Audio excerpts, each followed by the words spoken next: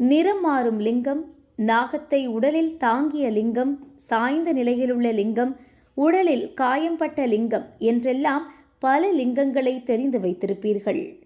ஆனால் ஒரு லிங்கத்திற்கு தேன் அபிஷேகம் செய்யும்போது லிங்கத்தில் இடைநெளிந்த கையில் கிளியுடன் இருக்கும் அம்மன் காட்சி தரும் அதிசயத்தை ரிஷிவந்தியம் முத்தாம்பிகா சமேத அர்த்தநாரீஸ்வரர் கோயிலில் காண முடியும்.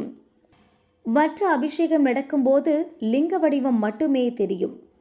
பல ரிஷிகள் இங்கு வந்து தங்கி ஈசனை வழிபட்டதால் இத்தலம் ரிஷிவந்தியம் என வழங்கப்பட்டது. இந்த கோயில் துவாரபரா யுகத்தில் தோன்றியதென்று கல்வெட்டுகள் தெரிவிக்கின்றன. சிவனின் கட்டளையை ஏற்ற அகத்தியர் பல தலங்களில் தங்கி சிவபூஜை செய்து சென்றார். ஓரிடத்தில் சிவன் அகத்தியருக்கு திருமண காட்சி தந்தார். இந்த காட்சி எந்நாளும் உலக மக்களுக்கு கிடைக்க வேண்டுமென அகத்தியர் வேண்ட, எனக்கு தேன் அபிஷேகம் செய்யும் காலத்தில் இங்குள்ள லிங்கத்தில் பார்வதியும் இணைந்து தோன்றுவாள் என கூறி மறைந்தார்.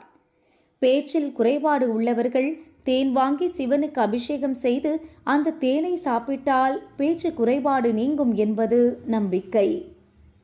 விழுப்புரம் மாவட்டம் திருக்கோவிலூரில் இருந்து ரிஷிவந்தியத்திற்கு அடிக்கடி பஸ் வசதி உண்டு. காலை 6 மணி முதல் 12 மணி வரை, மாலை 4 மணி முதல் இரவு 8 மணி வரை கோயில் திறந்திருக்கும்.